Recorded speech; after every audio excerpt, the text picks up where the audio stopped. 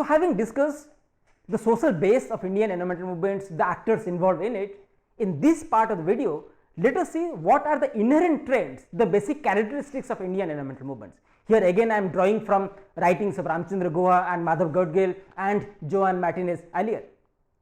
So, the mainstream literature or the popular literature on Indian environmental movement point out these basic characteristics of these movements. To begin with, Ramchandra Guha identifies Indian environmental movement as a kind of case where the concern for environment is juxtaposed with concern for social justice.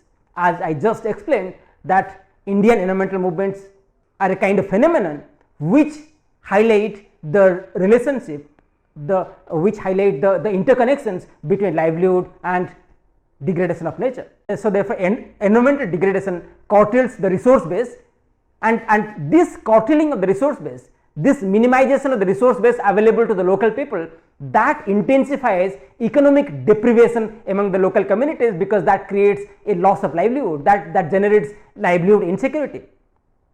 So, therefore, these are not just cases of nature, these are not just concern for nature. These movements also equally highlight the concern for securing livelihood. So, therefore, livelihood, social justice, ethnicity, these are inseparable from concerns for nature. So, in that sense, Indian environmental movements are not just single issue movement where they highlight concern for nature, they also highlight concern for social justice, they also highlight concerns for ethnicity, issues of caste, class, gender, they become significant in Indian environmental movements, because as we just discussed that these movements point out that these are multifaceted, multi-issue movement, and there is a private phase and a public phase. Maybe from a public phase they look like environmental movements, they are environmental movements, but from a private phase, from a private aspect, the insider story, these are essentially conflicts over livelihood, because somehow livelihood pops out, livelihood emerges as an important concern. Like for example, in the case of Namada, in the case of Chipko, or in the case of several environmental movements, like in the case of Save the Chilika. So, we find that people are basically struggling to create, to establish a control over local natural resources. The second common trait, or the second important characteristics of Indian environmental movement, is the unique language of protest. Again, here also Ramchandra Guha makes a distinction between Indian environmental movement and those that grew up in West or in America and Europe. Unlike those industrialized countries movements or environmental movements which grew up in the industrialized country, where essentially the method of protest is more formal, more professional, in the Indian case the means of communication relies more on traditional networks, more on primordial loyalties. These are defensive movements claiming control over local resources. So, these are in that sense defensive movements relying more on direct action, direct confrontation. So, therefore, the method of Indian environmental movements are more of that of a confrontation, conflict, protest and direct action, where you find that there is a conflict, there is a mass mobilization, lot of supporters of Indian environmental movements, and there is a conflict against the state, there is a direct confrontation with the authorities, with the agencies of the state. And Guha again identifies 4 different strategies of direct action in Indian environmental movements, like the show of strength, where people gather together to demonstrate their strength, to make their presence felt, and secondly disruption of economic life, like where they take resort to hartal, to rasta roko, to bandh, where they try to disrupt the public life or disrupt the economic life of the city of the state. The third strategy is that of focusing on individual targets, like most of these environmental movements take resort to actions like dharna, like Gherao, where they target certain important individuals, certain public office. And these movements also try to put a pressure, moral pressure on the state through hunger strikes, bhuk hartal or hunger strike, or through padayatras, to shut down strikes. So, in that sense, demonstration, shut down strikes, road blockades, sit down strikes surrounding certain public authorities, hunger strikes, these are vocabulary of protest, or these are strategies of protest of Indian environmental movements. In that sense, Ramchandra Guha argues that the Gandhian methods of protest, the Gandhian technologies of protest perhaps has influenced Indian environmental movements to a greater extent. So therefore, what we find is that the Gandhian methods of protest are used, and mostly these protests are direct confrontation with a public authority or with a public office. The third inherent characteristics or inherent trait of Indian environmental movement is the role played by Omen. So in these movements, Omen's participation is not just an addition of number. Omen have a different story to tell.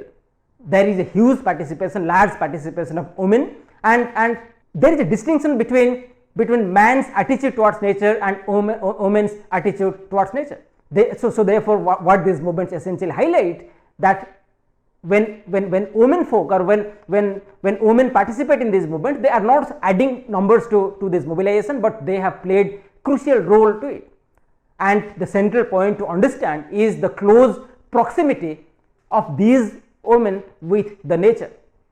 So because of the gender division of labor, it is these Omen who are more closely related with nature, maybe because of it is their job to fetch water, it is their job to fetch fuel. So therefore, Omen have a more close affinity with nature, perhaps which is best explained in the ecofeminism theory or the approach towards or the ecofeminism approach, where essentially a relationship is established with Omen's biology and that of nature, that Omen have more Omen have a greater connection with the nature because of their day to day requirements based upon that gender division of labor. It is these Omen or the ladies of the house or the lady of the house who go to fetch water, who goes to get fuel. So therefore, when there is a material crisis of natural resources, they are the people who are the worst sufferers. It is the Omen who have to walk now more distance to fetch water. It is the Omen who have to now walk more distance to fetch fuel. So therefore, degradation of nature have a different impact on men and women, and therefore this differential impact on women is perhaps central to understand in their participation in Indian environmental movements.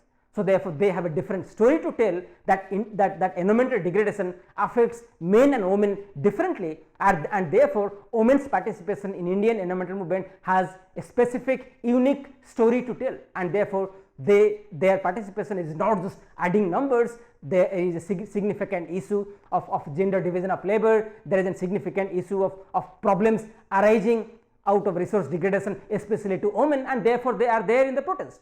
The fourth point, or the fourth inherent characteristics of Indian environmental movement, is perhaps their outcomes. Ultimately, what message they give, what do they aim. Besides their stated objective of protecting natural resources or protesting against their degradation, these movements perhaps pass on another kind of message. They make it clear that there is certain problems with the contemporary development paradigm.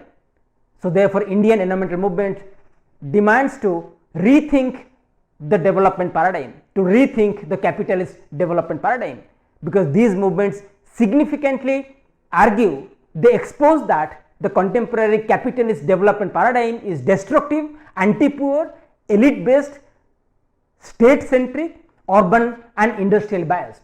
So therefore, the poor, the marginalized, the people at the grassroots, the people at the bottom of the pyramid, they have less to receive developmental benefits to receive from this kind of development paradigm. So therefore, this kind of development paradigm or development practice creates an inequality with regards to distribution of benefits. So therefore, while struggling, while questioning this development paradigm, Indian environmental movements put forth an alternative path of development.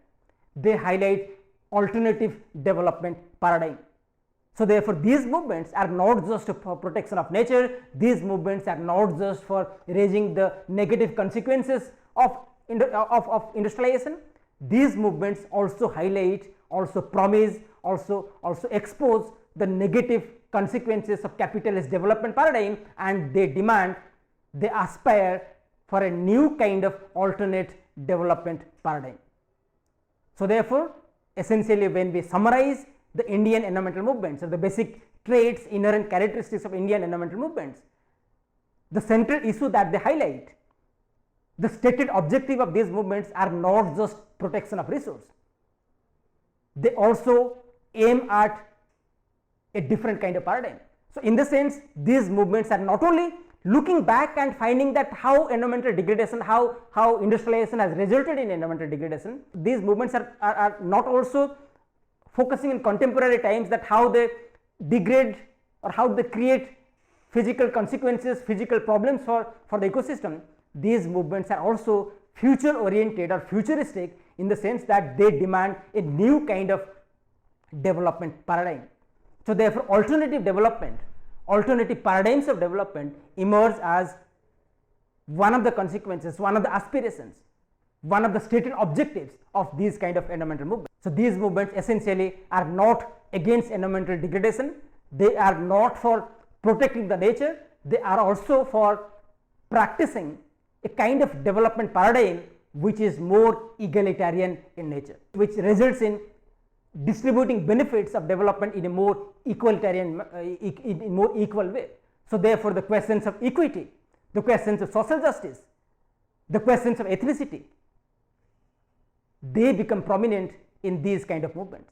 So, therefore, we may summarize that Indian environmental movements are essentially multifaceted, multi-issue movements which are more futuristic, which aim for, which aspire for a different kind of alternate development paradigm which is more egalitarian and which distributes resources, benefits in a more equal manner.